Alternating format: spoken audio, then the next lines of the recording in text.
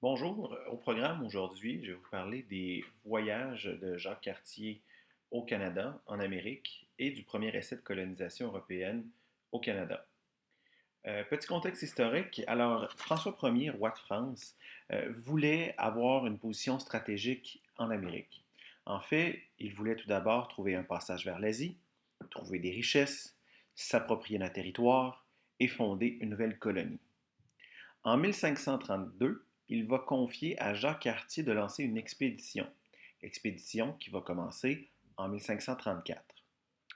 Donc, Jacques Cartier va venir en Amérique à trois reprises et on va comprendre plus tard pourquoi cette entreprise-là a été un échec. Tout d'abord, Jacques Cartier a entrepris son premier voyage en 1534. Une fois arrivé en Amérique, il va explorer le golfe du Saint-Laurent. Puis, un peu plus tard, va s'installer pendant quelques jours dans la baie des Chaleurs, au sud de la Gaspésie, où il va rencontrer des Micmacs et va faire du commerce.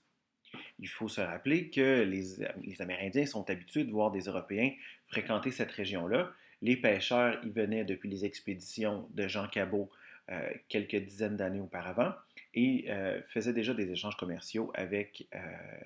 les pêcheurs faisaient des échanges commerciaux avec les Amérindiens à ce moment-là.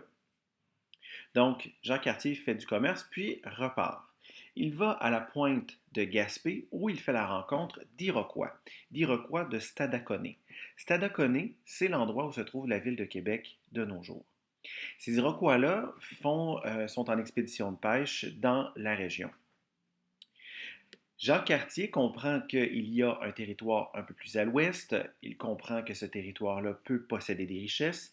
Content de son expédition, Jacques Cartier prend possession du territoire au nom du roi de France en plantant une croix à l'emplacement de la ville de Gaspé aujourd'hui.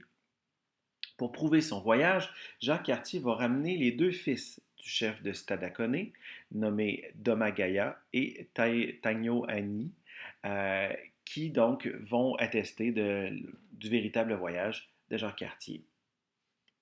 Pendant le voyage, les deux fils de Donnacona vont mentionner à Jacques Cartier l'existence d'un long passage vers l'ouest au-delà de Stadaconé et l'existence d'un royaume, celui qu'ils appellent le royaume du Saguenay, qui selon eux est rempli de richesses. Donc, Jacques Cartier, complètement excité, retourne en France, montre ça au roi qui est extrêmement content. Jacques Cartier va revenir l'année suivante. En, Jean Cartier va également entendre parler d'un chemin qui va mener au village des Amérindiens, un village qu'il nomme Kanata. Étant pas sûr de la signification du mot, Jacques Cartier et ses interprètes mentionnent que Kanata veut probablement dire royaume, nom qui va rester sous la forme de Canada pour désigner euh, le territoire. Donc, si on regarde concrètement, ça avait l'air de quoi son voyage? Donc, Jacques Cartier quitte Saint-Malo en mai de 1534, traverse l'océan Atlantique en un temps record, seulement 3 semaines. Il va au large de Terre-Neuve, explore le golfe de Saint-Laurent, se rend dans la baie des Chaleurs, puis à Gaspé, où il prend possession du territoire, continue d'explorer un peu et retourne en France à la fin du mois de juillet.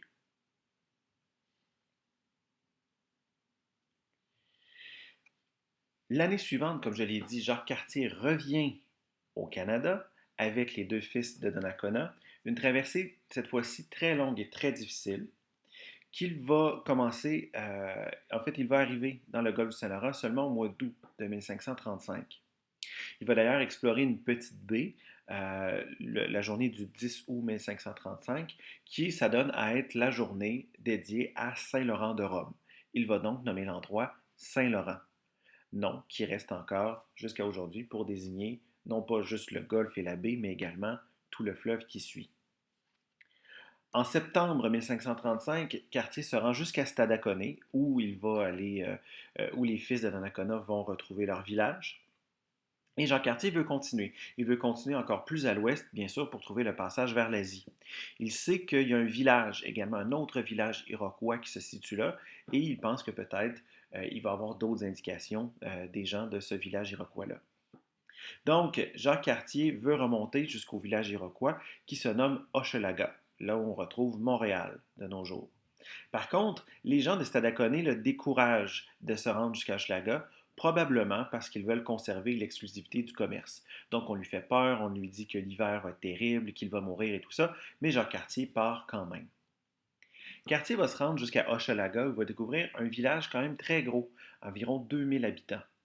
Les villageois vont l'inciter à commercer avec eux, bien évidemment, vont lui faire découvrir la région, et Jacques Cartier va escalader une colline qu'il va nommer Mont-Royal, colline qui se retrouve tout près du village de Hochelaga. Jacques Cartier décide de continuer un peu plus vers l'ouest, mais il découvre qu'il y a des rapides, et ces rapides-là le bloquent. Donc, un peu découragé, Jacques Cartier revient à Québec pour passer l'hiver. Par contre, à cette époque-là, l'hiver, euh, étant français, il pensait que s'il allait avoir 3-4 brins de neige, ça allait être tout, puis que ça allait pas être si mal que ça. Ça a vraiment été un traumatisme très profond. Non seulement parce que l'hiver est très froid, mais parce que également les relations avec les Iroquois de Sadakoné vont être très très difficiles. En fait, quand Jacques Cartier va revenir, probablement qu'il s'est passé certains conflits entre les marins qui étaient restés à Sadakoné et les habitants iroquois. Donc, ça fait que Jacques Cartier est contraint de loger un peu plus loin le long de la rivière Saint-Charles. Donc, comme je disais, l'hiver va être très difficile en raison des tensions, en raison du froid, mais également en raison d'une maladie qu'on appelle le scorbut, qui est causée par une déficience en vitamine C.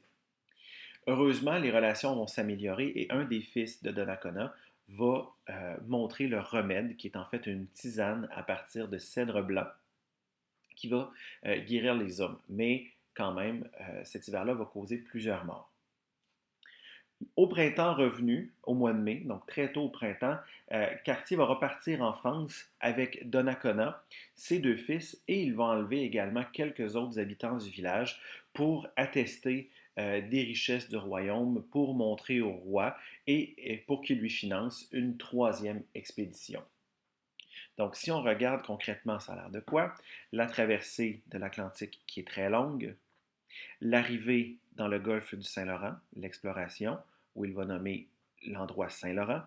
Il va se rendre à Stadaconé, va s'arrêter au Havre-Sainte-Croix, continuer jusqu'à Hochelaga, où il va être bloqué. Il va retourner passer l'hiver à Québec, en fait à Havre-Sainte-Croix.